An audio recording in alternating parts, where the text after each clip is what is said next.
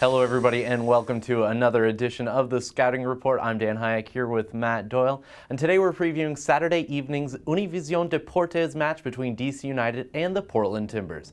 Matt, what's your headline for this one? Well, now that DC is approaching something close to full fitness, can they recapture last season's form against a Portland team that hasn't lost in 2 months? That's true. This Portland team has been on fire, and what's been really impressive to me has been their transition game, the speed in which they turn from defense into attack.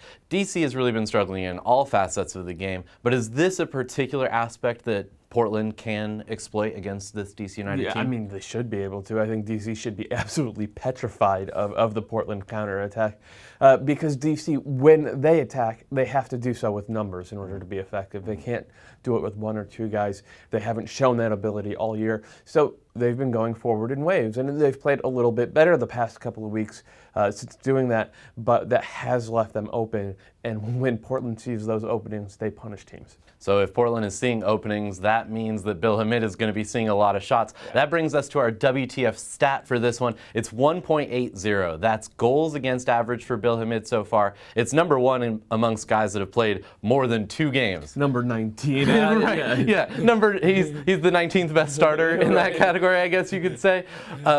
This is a guy that last year was near the tops in this category. He had a 1.00 last year. Did you see anything from last week against KC that indicates that he'll be able to lower this goals against average against Portland? He did seem more locked in, more focused, more like the player that we saw last year. But even last year, he was error prone. And this year, it's all sort of snowballed after the first couple of weeks. He has made pretty much every mistake you see from a young keeper.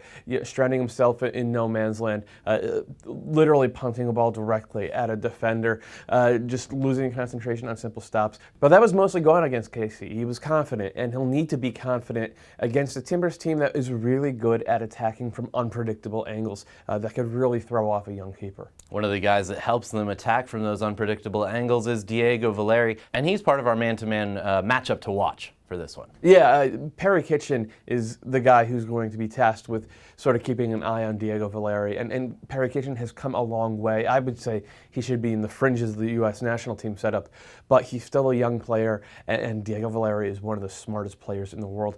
If you take your eyes off him for just a second, he will burn you. Watch what happens to Dax McCarty here, this play from early in the season, the first game as a matter of fact.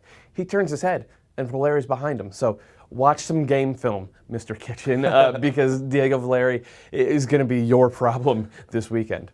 All right, well, it's not just about what Matt thinks. We want to know what you think as well. You can tweet at us. The handles are right here below us. If you need to get more than 140 characters off your chest, you can, of course, leave comments in the section below. This one takes place Saturday. It kicks off at 7 p.m. Eastern, and you can watch it on Univision Deportes.